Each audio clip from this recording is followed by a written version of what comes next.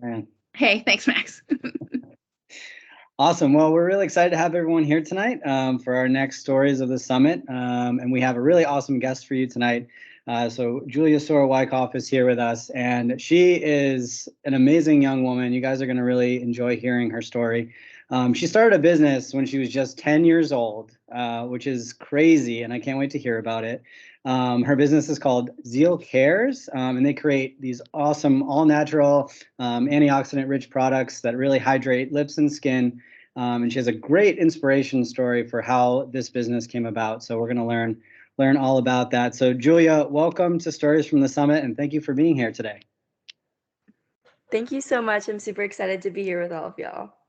Awesome. Well, let's kick it off. So obviously, one of the things we really value here at One Summit is storytelling. So we want to hear a little bit in your own words. What is your story? What is it all about? Can you tell us maybe a bit about yourself and how you became the founder of Zeal Cares? Yeah, for sure. So I actually started my company 7 years ago when I was 10, but the whole thing started when I attended a Montessori Model United Nations conference at my old school. I went to a Montessori school, which is amazing. And at that conference, I learned about the struggles that a lot of kids face around the world. And that's when I decided that I wanted to do something that could impact my community. So then I wasn't exactly sure what I wanted to do. So over the next few months, I just kind of thought about it. And then I heard the story of a close family friend who had cancer. So luckily she's all better now, but I remember her talking about how dry her skin would get and how she experienced other struggles like nausea. But I thought that dry skin was something that I could have the most effect on as like a younger child because at school we made these body scrubs and other similar products for our moms for Mother's Day. And so I was like, okay, this is perfect. This is fun. And then I can do it to help patients as well. So I started out with that. And then my kitchen became like literally a science lab. So I researched all the best ingredients to use, the most high quality and effective ingredients. So I think I've gone through like 7 different formulas, just figuring out the best combination and what works the best. So I finally have my formula now, which is the one that I use consistently. And then after that, after I had my product, it just started out with selling to the people that I knew at school, and then my family friends, and then anybody that heard about my company from that. And then it just started with calling the hospitals. So that was really scary, but basically I just picked up the phone. I was like, all right, can you connect me to somebody that works with a child life specialist or an event coordinator, anything like that, because I have these products that I really want to share. And the first hospital that I ever partnered with was MD Anderson, which is crazy now that I think about it. But I finally got on the phone with somebody that would agree to meet with me in person. So they tested out my product and they were like, okay, this is awesome. You can donate your lip balms here. And then from there, I contacted more hospitals and they introduced me to other organizations that are amazing. And now I partner with more than 30 in 18 states, which is super exciting. And then what I've done is I've done something called flavor counters where I will bring my 15 plus flavors into the hospitals, set them up in these fun canisters, and then anybody can come and just pick out a few flavors, see which ones they like the most. And then since COVID, since I haven't been able to visit anymore, I've still been able to mail in thousands to all the hospitals that have still accepted donations, which is really exciting. And then regarding the more recent stuff, I've recently become a youth ambassador for the National Pediatric Cancer Foundation to not only provide lip balms for their events, but also help them advocate for how important it is to raise money for cancer research and how underfunded it is. And then I would say like the last big thing about my company and why it's like meaningful and the whole story and all that stuff is that I never thought that it could be where it is now. It started out super small, like selling my lip balms in the parking lot, but it's just been exciting to see how much it's grown and all the ones that I've been able to donate. Wow, that is unbelievable. And also, I had no idea that you were like doing science experiments in your kitchen. That's amazing. Can you tell us a little bit more about like had you ever done something like that before? Were you just sort of like, let's just put some stuff together and see what happens? Like what was that? How did you get started just doing that in your kitchen? Yeah, for sure. So a lot of YouTube. I was like, okay, so in order to make lip balm, you need something that can like harden all the oils together. So I use beeswax, but then I use oils like use oils like argan oil and jojoba oil, which are also combined with shea butter. But I just looked on like Sephora, like the best-selling lip balms that had all the best reviews, and I looked and I found argan oil on there. I was like, okay, people like this, it works, it's a high quality ingredient, I'm gonna use this. And so I ordered them all. I ordered them in like small little portions at the beginning, and then I just literally just mixed them all together until I found a consistency that I liked and that I found worked. And also something that's tricky is like if you use too much of one ingredient, it can often separate. So I had to prevent that and like leave a lip balm out for like a few weeks to make sure that wasn't the case. But just trial and error over and over. Wow, that's amazing. You really did your research, and it's true. You really can find anything on YouTube. That's incredible. Pretty cool. What do you think has been your toughest challenge that you've faced in starting a business? I would say for me, it's definitely trying to balance being a full-time entrepreneur, but also remembering that I'm a student. Because what I want to do is I just want to do everything business related all day, just talk to people about it. But then I remember, okay, well, now I have to go do my schoolwork, which is sometimes frustrating when all I want to do is not my schoolwork. But you often see like a lot of stories on the news of kids that like start a company and then it goes viral immediately and then they grow super, super big. But I found that, of course, that's not always the case. And so what I've had to remember is like might not necessarily be able to achieve your goals right away, but if it's something that's meaningful to you, like which is very meaningful to me, then just working at it as much as I can every day is more than enough. That's awesome. Absolutely. Um, what tools do you think that you've gained throughout this experience that you could maybe share with everybody here in our community to kind of teach them how to overcome any challenges they might be facing in their own lives? Yeah, okay, so something that I found is often hard is like the pressure from other people, whether it's at school or people you work with or family members. But what I have to remember at the end of the day, and what I recommend to other people that are in similar situations, is that at the end of the day, what matters is if you're enough for yourself, then that should be more than enough. So, of course, managing expectations is always hard and it's easier said than done, but focusing on these outside pressures can be more exhausting and do way more harm than good. So, I keep reminding myself and reminding others that if you're doing the best that you can, then that's just more than enough. And that should be more than enough for everyone. Absolutely. That's really good advice, I think, for everybody, no matter who you are or what you're doing. So, thank you for that. One thing I did want to ask you, Julia, was what do you think was the most surprising thing that's happened since you started your business? Something that maybe you didn't expect. Okay, yeah, for sure. So when I first started selling my lip balms, I sold them at school, which you definitely were not supposed to do. But I would sell them like in the parking lot or when we were waiting to go into class before school started, kind of on the down low. And I was really worried that my teachers would find out, which they did, because being a 10-year-old, not very discreet. But I was like, oh my gosh, like what's gonna happen? And then finally one day after school, my teacher was like, oh, like, hey, can we talk? And I was like, oh my gosh, like this is it. Like, I'm gonna get in trouble. But instead, she shocked me and she was like, I love your lip balms. I've been seeing you selling them. Can I buy some? And I was like, what?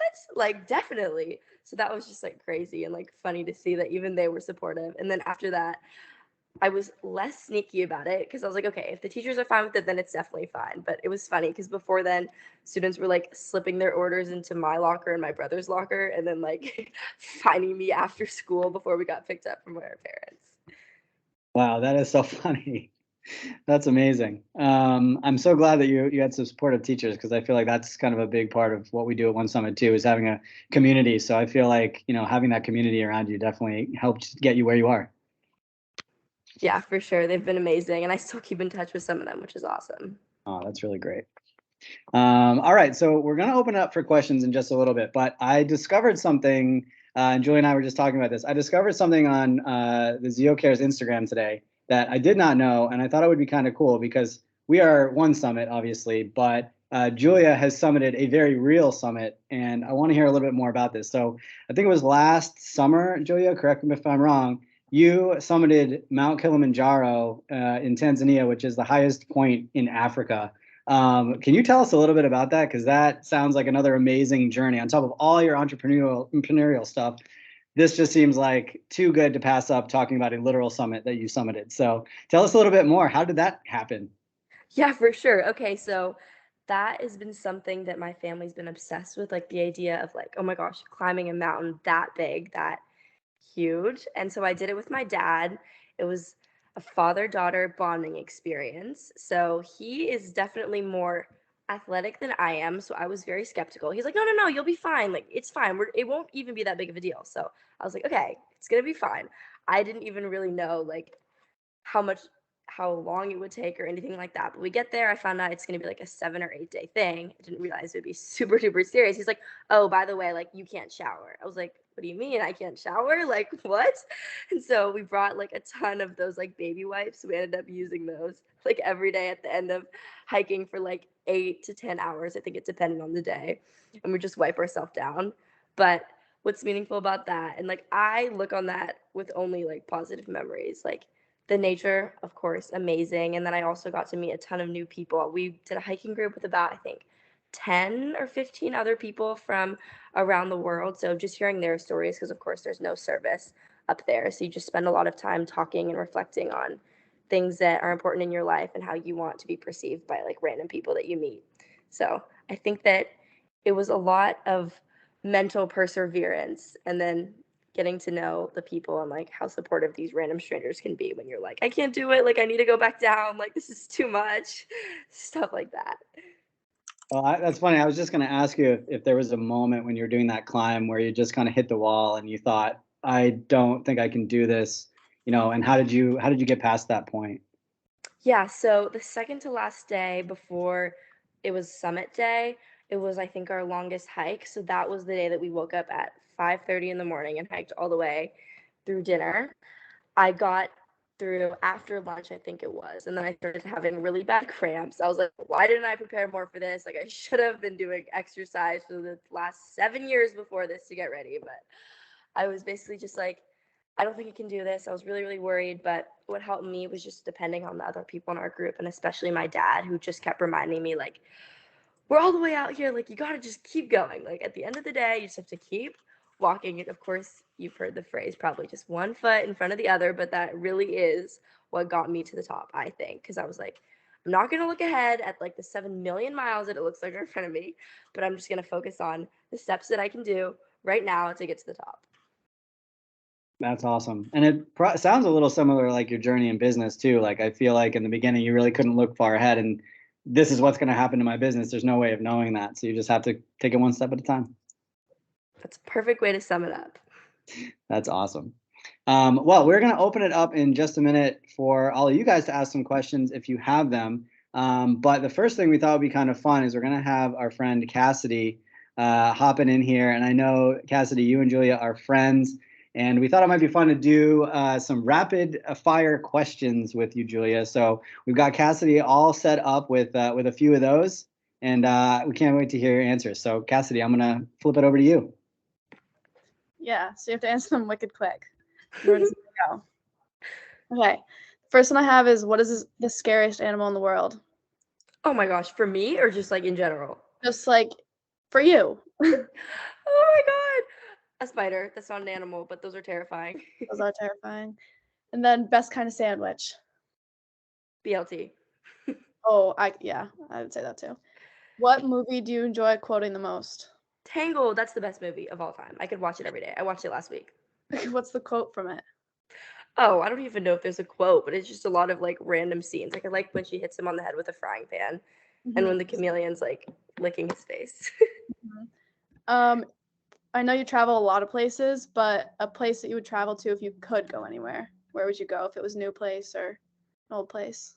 I would visit Boston so I could see y'all all again. Boston's best. Your favorite smell? I like the smell of roses. That's good. And then favorite article of clothing that you own? I like my t-shirt that says "Don't mess with Texas." Favorite breakfast food? This one could go a lot. There's so Fruit. many. Literally just fruit. I don't know. Fruit? That's it? Yes. Yes, definitely. What's the most used app on your phone? Probably my email. Actually, most definitely my email because I was looking at that like yesterday. Describe your style in one word. Weird. Weird. That is weird. You get one song to listen to for the rest of your life. What is it? Life is a Highway.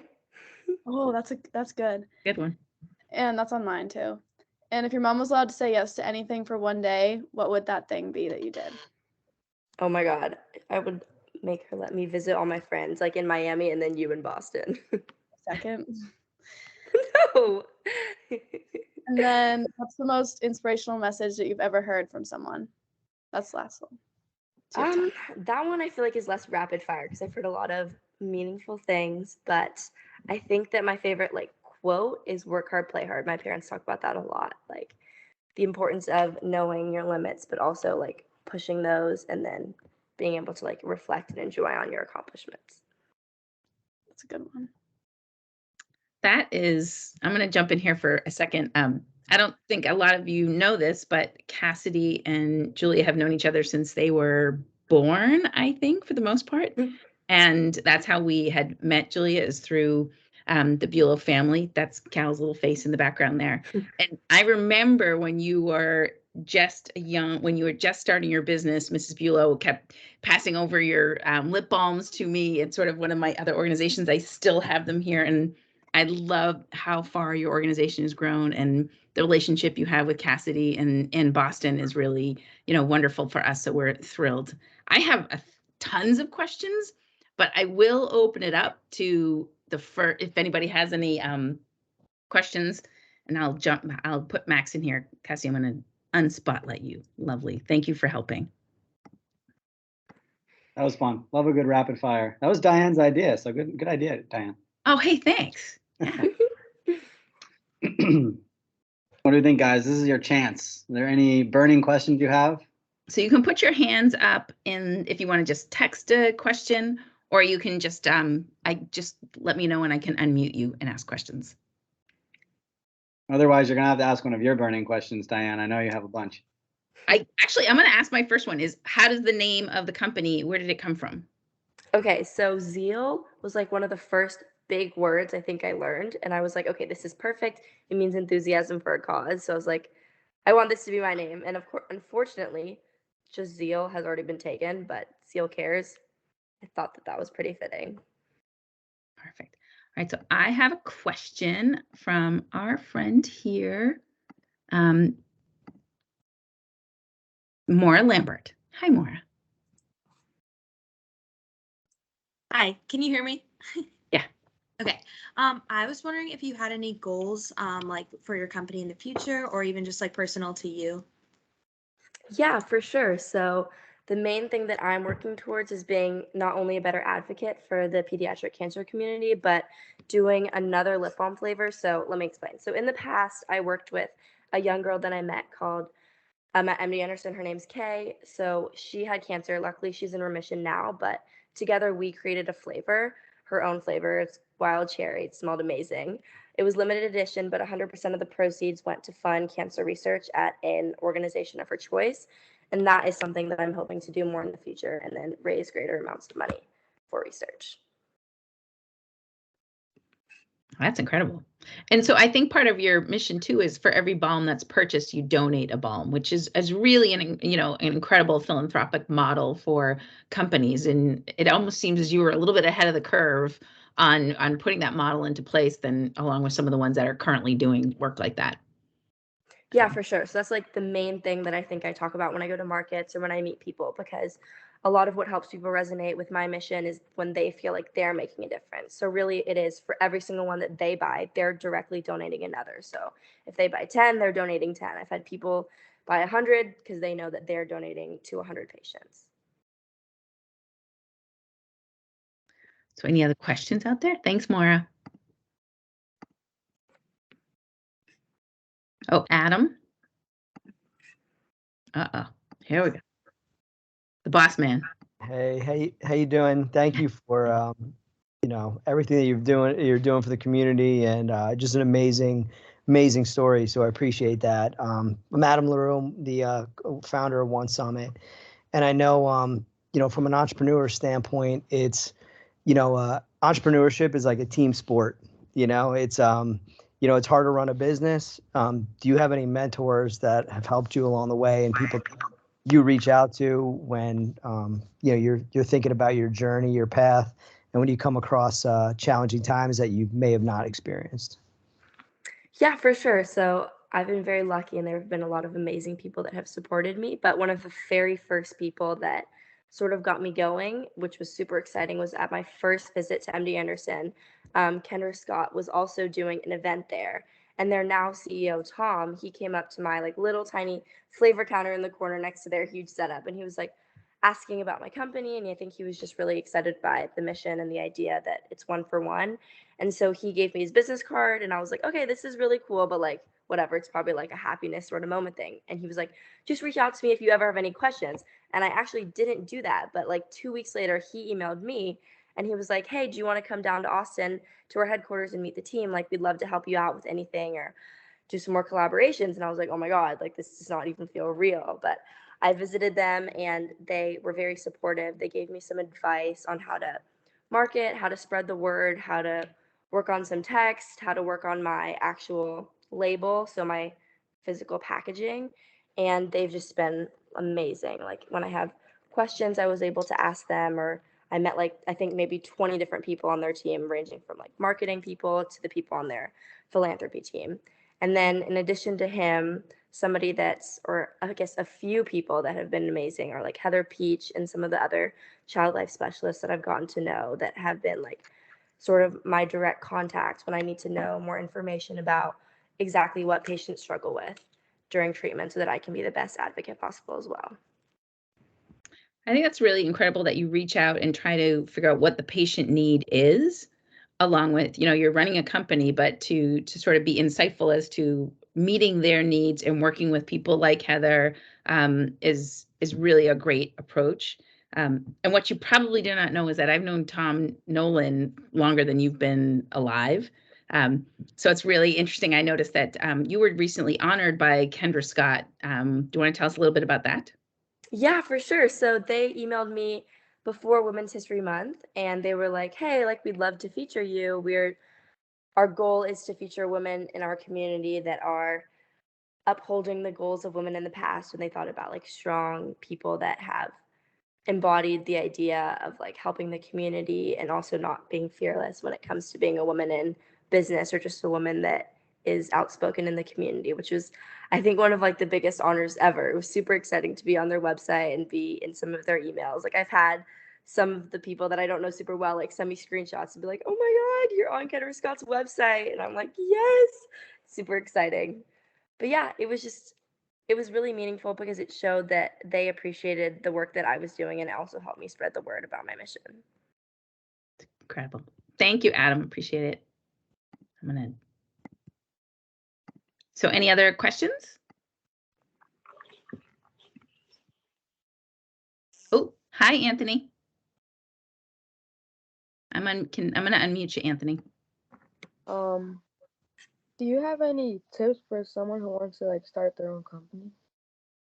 For sure. Okay, so something that I've told a lot of people and that I had to remember is like no idea is too small. So of course at a 10-year-old I wasn't thinking, okay, I'm gonna run this ginormous business. I'm gonna be making 1,000,000 lip balms a day.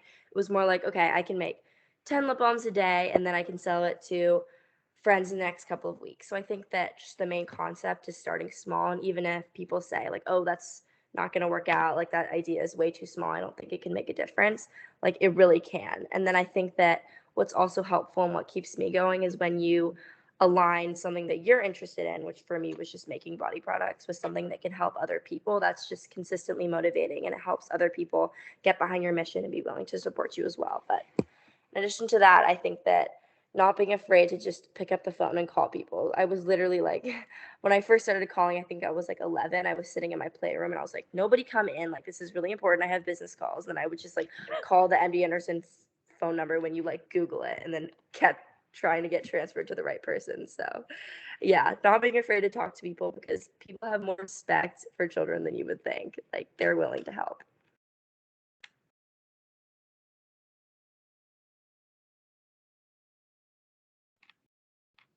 That's awesome. Anybody else before we move on? I have a few last questions. You too, Diane, if there's anything left that you want to ask. Now's your time to shine. I think you're on mute though. Yeah. It was interesting. We talk about community. How many people do you have working with you now? I'm so curious because you said you started when you were little and, cooking stuff up in the kitchen, but do you have staff now that helps you? You must have a manufacturer now. So, it's quite a bit of an undertaking. Okay, yeah, what's actually surprising is I still make all of them myself, but I've gotten like a lot of the heavy duty materials so I can make like 600 or 800 in a day if I'm just working on that. So I got these giant flood trays that each fit 225 lip balms as opposed to like my 10 before. But in regards to staff, I don't have anyone hired, but a lot of my friends at school are just incredibly helpful. So when I go to markets, I have friends that have literally woken up at 5:45 to help me set up. They've come, they've helped me sell at the markets, they've helped me label lip balms, and then a lot of the people at my school are also involved. So I have set up events where I make the lip balms, of course, but then the people at school will help me tie little baggies and put little cards in for me to donate them all to the hospital. So I think it's like my immediate community, but then a lot of my friends, they do a lot of work to help me and help me make it possible to donate as much as possible. It's amazing you find the time to do all that when you're still a student. I wish I could do it all the time. Maybe one day. Yes, that's the goal. Awesome. Love that. Well, anybody else before I ask my final questions? Speak now. Otherwise, I do have two final questions for you, Julia. So the first one is, do you have any other pieces of advice for anybody who's joining us today about remaining resilient, whether that's in business or just life in general? Yeah, okay. So I would say a little bit more on what I was saying earlier. It's okay if you don't feel like you are meeting everyone else's expectations as long as you feel like you are confident in who you are and what you're doing and how you're making a difference, even if it seems small. So I remember there were lots of times, especially during COVID, things got really, really stressful, and I felt like I wasn't able to make the impact that I wanted to be making. I wasn't able to do as much work for anything like school or for my company as I wanted to do. But then at the end of the day, like looking back on it, I think that what was really important is that in those days that I was really stressed out or like in that time period, I was doing the best that I personally could. And so that just knowing that is just more than enough and helps me be less stressed when I feel pressure from other people. Awesome. Great advice for us all. And one final thing that I have to ask you, I'm sure everyone is wondering, what is your favorite lip balm flavor that you make and why? Okay, so that's first of all like asking me to choose between literal children because I love all of them, but as of recently and because summer's coming up, I like pineapple coconut. It reminds me that I lived in Miami for 5 years and I don't know, it's just fun. I think it smells super good. Definitely reminds me of the summer.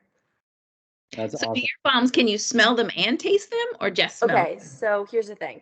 I've had a lot of people say they taste good. I personally don't think they taste good, except for tangerine because that's made with actual essential oil from Italy. So it tastes a little bit like a tangerine peel, which is really exciting. But I don't think that they taste good. But I literally have seen my friends like just lick them and been like, oh, this tastes good. And of course, it's like completely edible. I would not recommend eating it because it's all natural. You can't eat it, so it's safe for kids. But I've personally never tried that. That's good advice not to try that. Yeah. Yes, disclaimer, don't eat it. But can be eaten if necessary. I love that. Well, Julia, it has been such a pleasure having you with us today. Thank you so much for your time. We've really enjoyed it. Thank you. I've loved to get to talk to y'all and just share some of those rapid fire facts as well. Kept me on my toes. We So learned a lot. we should keep the rapid fire as part of our stories from the summit. I think it's part of this now. We're going to keep doing it. But you were the first one, Julia. You always have that honor. Oh my God, thank you. All right, I'm gonna try to take a group photo real quick. So I'm gonna get us all onto the same. And while Diane's doing that, I just want to let you guys know that obviously, we take storytelling seriously here at One Summit, and it's one of the three main tenets of the things that we do. So we really want to encourage all of you guys to, tell your stories. We all have one with things that happen with us. So if there's something that helped you grow and become resilient, whether that was something good that happened or maybe something not so great that happened to you, we love to tell stories and we love to feature you. So I actually think we featured our friend Anthony here Yeah. for our Profile and Resilience series. So if you guys ever want to be featured and share your story with the whole One Summit community, please reach out to us. We'd love to have you do that. And you can tell your story in your own words, and we'll throw it up on our website. But I think it's photo time. It's photo time. Okay, now I gotta figure out how to get rid of this thing. Alrighty. I'm just gonna do a screenshot. I see everybody fixing their hair there. Hi, Rachel. I can see you in the background. All right. Yay, cheese. All right, fantastic. Julia, thank you again. It was really, really so nice to get to meet you, and thank you for being part of our Stories from the Summit. Thank you. Thank you all so much. All right. Thanks, guys. Thank you. And happy Cinco de Mayo.